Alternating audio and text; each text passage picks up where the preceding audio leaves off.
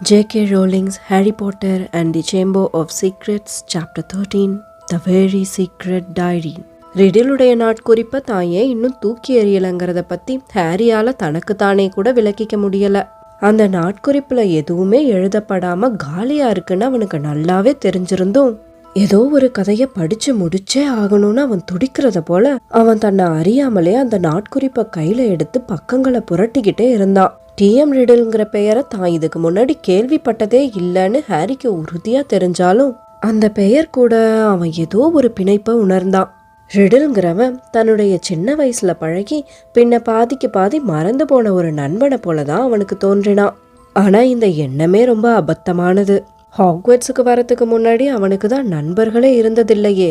அந்த விஷயத்த தெள்ள தெளிவா உறுதி செய்யதான் டட்லி இருந்தானே. ஆனாலும் ரிடிலை பத்தி மேலும் பல விஷயங்கள் கண்டறியணும்னு ஹாரி ரொம்ப உறுதியா இருந்தான். அதனால மறுநாள் பாட இடைவெளியின் போது ரிடிலுடைய சிறப்பு பரிசை பாக்குறதுக்காக டிராஃபி ரூம்க்கு வேக வேகமா போனான். அவன் கூடவே ரொம்ப ஆர்வத்தோட ஹெர்மாயினியும் இதுல கொஞ்சம் கூட உடன்பாடில்லாத ரானும் போனாங்க. தான் வாழ்நாளுக்கு போதுமான அளவு இந்த டிராஃபி ஹாலை பார்த்துட்டதா ரான் அவங்க கிட்ட புலம்பிக்கிட்டே வந்தான். ரிடிலுடைய மெருகூட்டப்பட்ட தங்க கேடயம் ஒரு மூலையில இருந்த அலமாரியில ஒரு ஓரமா வைக்கப்பட்டிருந்தது. இது எதுக்காக அவருக்கு வழங்கப்பட்டதுங்கிற விவரங்கள் இதுல இல்லையே. அப்பா, நல்ல வேலை அதெல்லாம் இல்ல. இருந்திருந்தா அது இன்னும் பெருசா இருந்திருக்கும். நான் இப்ப வர கூட அதை தொடச்சுக்கிட்டே இருந்திருக்க வேண்டியதுதான் அப்படின்னா ரான். ஆனாலும் மேஜிக்கல் மெரிட்ங்கிற ஒரு பழைய புத்தகத்திலையும் பழைய ஹெட் பாய்ஸ் பட்டியல்லையும் ரிடிலுடைய பெயர் இருக்கிறத அவங்க பார்த்தாங்க. இவன் என்ன பர்சிய சேர்ந்தவனா இருப்பான் போல அப்படின்னு முகத்தை சுழிச்சபடியே சொன்ன ரான், பர்ஃபெக்ட் ஹெட் பாய், அநேகமா எல்லா வகுப்புலையும் முதலிடம் பிடிச்சிருப்பான் போலயே. அப்படி இருக்கிறது ஏதோ கெட்ட விஷயத்த போல சொல்ற அப்படின்னு ஹெர்மாயினி கொஞ்சம் வருத்தமான குரல்ல கேட்டா. ஹாக்வர்ட்ஸ்குள்ள சூரிய ஒளி மறுபடியும் மங்களா பிரகாசிக்க தொடங்கி இருந்தது. கோட்டைக்குள்ளேயும் நம்பிக்கையான சூழல் மறுபடியும் மெல்ல திரும்ப தொடங்கி இருந்தது. ஜஸ்டின் மற்றும் நியர்லி ஹெட்லெஸ் நிக்குக்கு அப்புறமா வேற எந்த ஒரு தாக்குதலும் நடக்கல. மேடம் பாம்ஃப்ரே ஒரு மகிழ்ச்சியான செய்தியை பகிர்ந்துகிட்டாங்க. மேண்ட்ரேக் செடிகள் எல்லாம் உற்சாகம் மற்றும் கமுக்கமாவும் மாற தொடங்கி இருக்குதான். அதுக்கு அர்த்தம் என்னன்னா அதுங்கெல்லாம் தங்களுடைய குழந்தை பருவத்தை ரொம்ப வேகமா கடந்துடுச்சுங்கிறது தான்.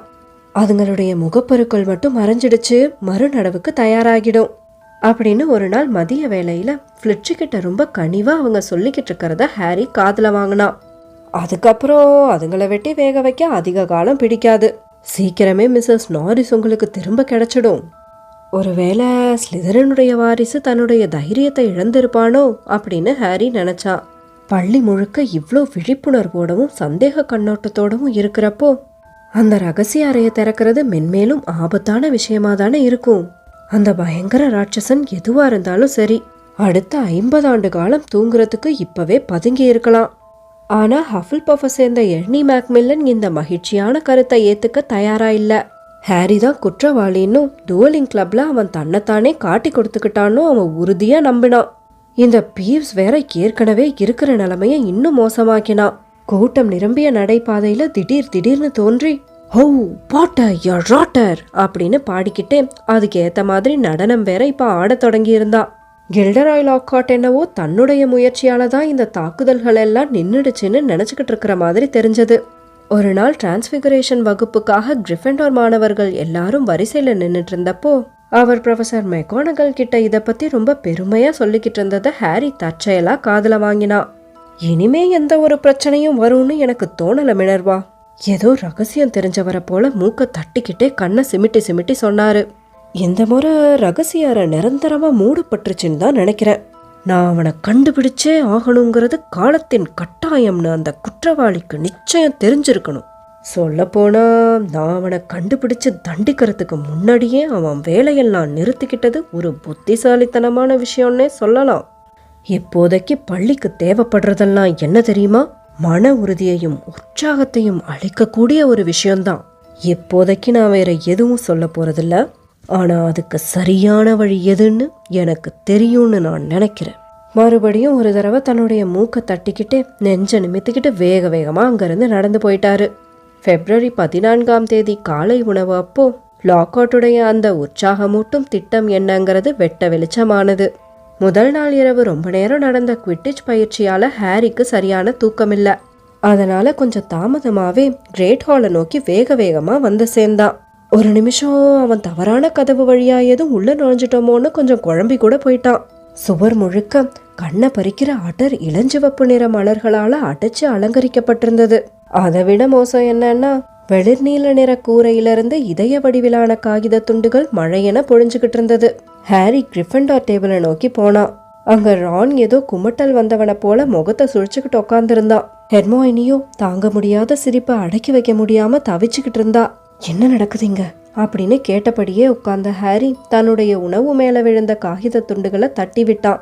பேசவே பிடிக்காத அளவுக்கு அருவருப்போட ரான் ஆசிரியர்கள் அமர்ந்திருந்த மேஜையை நோக்கி சுட்டி காமிச்சான். அங்க இருந்த அலங்காரங்களுக்கு பொருத்தமா கண்ணை பறிக்கிற இளஞ்சிவப்பு நிற மேலங்கி அணிஞ்சு அமர்ந்திருந்த லாக்ஹார்ட் அமைதியா இருக்கும்படி எல்லாரையும் நோக்கி கையசைச்சுக்கிட்டு இருந்தாரு. அவருக்கு 2 பக்கமும் அமர்ந்திருந்த ஆசிரியர்கள் முகத்துல எந்த உணர்ச்சியும் இல்லாம கல்ல போல உட்கார்ந்திருந்தாங்க. ஹாரிக்கு அவன் உட்கார்ந்திருந்த இடத்துல இருந்தே ப்ரொஃபசர் மெகோனகலுடைய கண்ணம் கோபத்துல துடிக்கிறது தெரிஞ்சது. ஸ்னேப்பை பார்க்க யாரோ ஒரு பெரிய கோப்பை நிறையா ஸ்கெலிக்ரோ மருந்த கட்டாயப்படுத்தி குடிக்க வச்சதை போல கசப்பான முகபாவனையோட உட்கார்ந்திருந்தாரு. இனிய காதலர் தின வாழ்த்துக்கள் அப்படின்னு லாக்ஹார்ட் கத்தினாரு.